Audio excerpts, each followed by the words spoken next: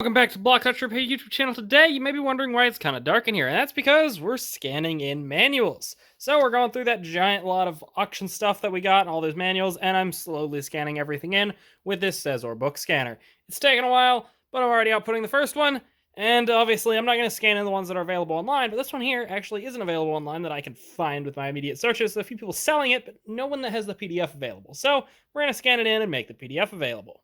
Now, I'm surprised how many of these manuals I haven't actually been able to find online. Now, a lot of them are probably available online if you search hard enough, but with my simple Google searches, these are the ones that I could not find. Obviously, you know, Miss Pac-Man, stuff like that, I can find pretty easily. So I'm not going to scan those in, I'm just scanning in the ones that I didn't initially find, which, as you can see, I have quite a long list of, so we'll be uploading those to archive.org and the respective VAPS profile for these machines if they have one. I'm then also putting all of the manuals in magazine protectors so they don't get any damage. Like this one here, I actually found the 13-inch version of the manual and the 19-inch version of the manual, but not the 13 and the 19-inch version, so I guess we'll scan this in. It's also probably available, but I didn't see it. So I've been sitting here scanning an absolute ton of schematics. I've been surprised how many of these I haven't been able to find online. Now, some of them I could find, but like this one here, I couldn't find the US version. I found where a place that supposedly had it, but I couldn't download it. The download link didn't work, so I had to scan that in. A few of these things, obviously, I probably could have found if I searched a little bit harder, but they weren't on like archive.org or anything like that, so I went ahead and scanned them in, so I can put them on there. We'll have to do that here eventually, though.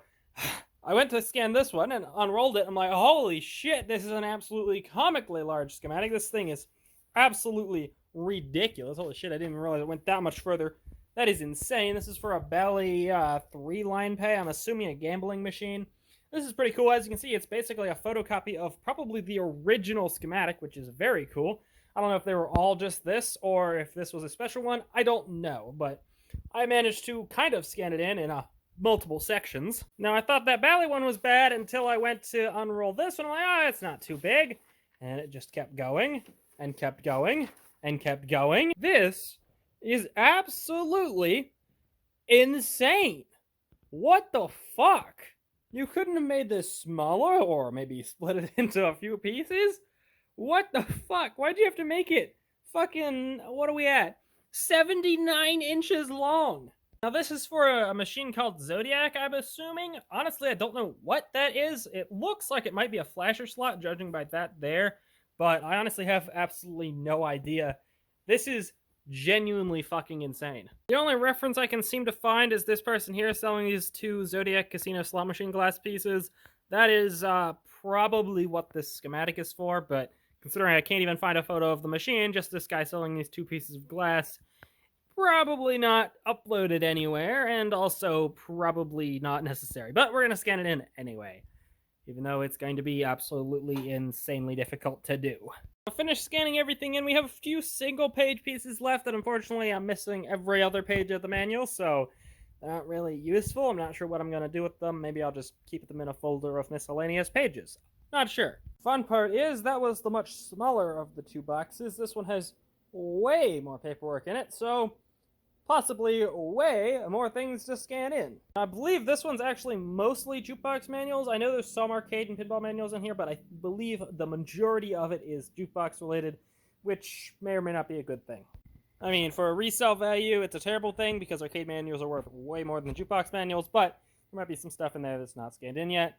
But if there's arcade stuff that's also not scanned in, that would also be pretty cool. So we'll just have to go through it and find out. And of course, the first one I pull out of the box is one we have to scan in. This is an instruction and parts manual for a 1970s choice vending machine. Now, I personally never worked on any choice vending machines, but I can't seem to find this manual online.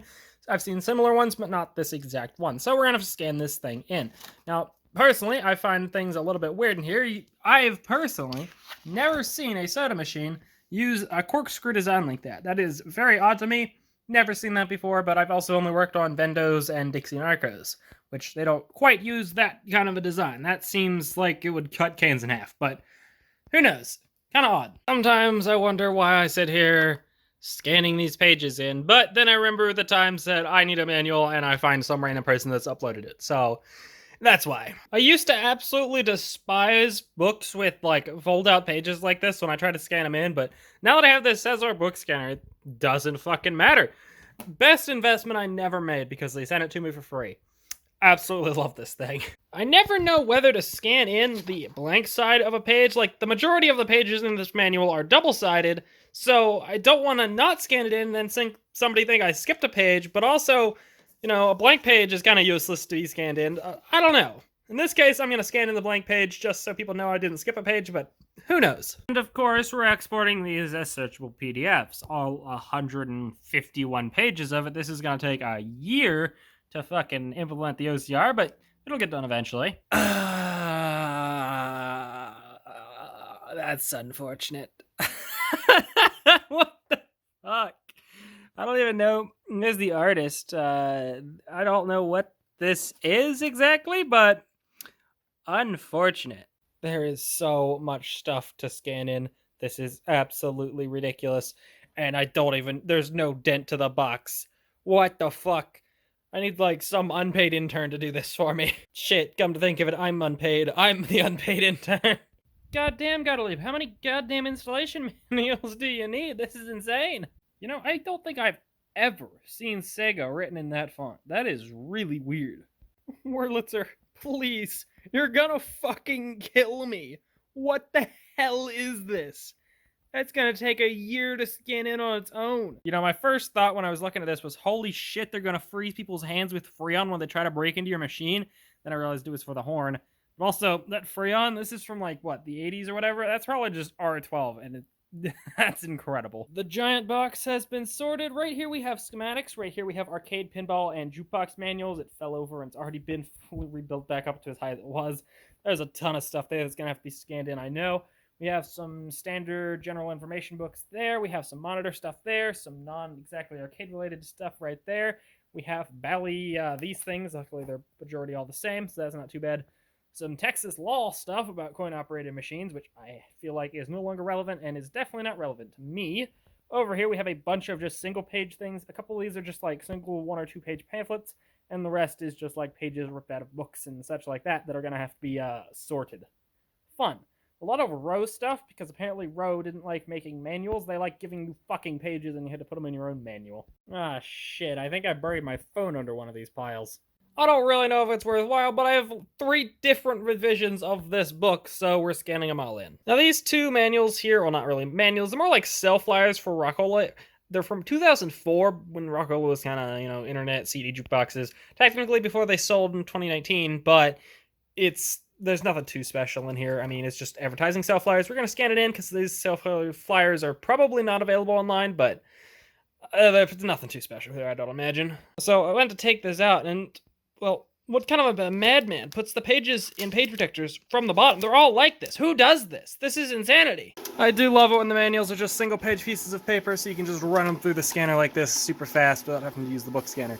This thing is a lot faster. It does still jam sometimes, but at least it's a little bit faster. You just have to babysit it. It's wild to me that their handheld remote controls only had a 30-day warranty. That is, in my opinion, ridiculous. I mean, the phono mechanism had a 5-year, which, that's really good. The electronic circuit board's 2 years. That's decently standard. CD player, a year, okay.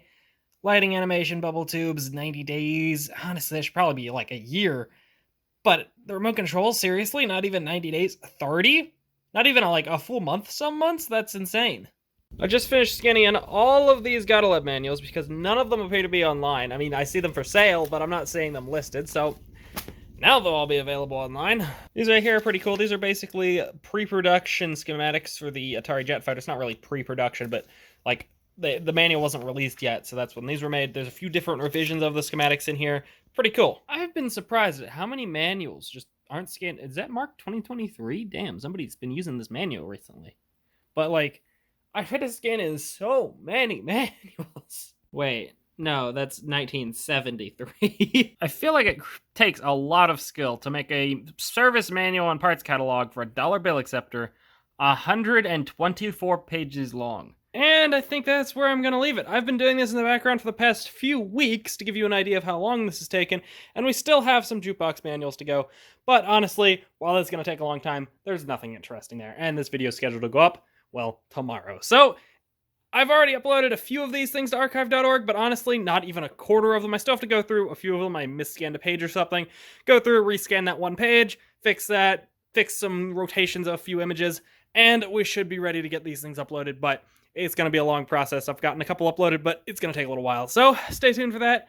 But if you like what you saw, please like and subscribe.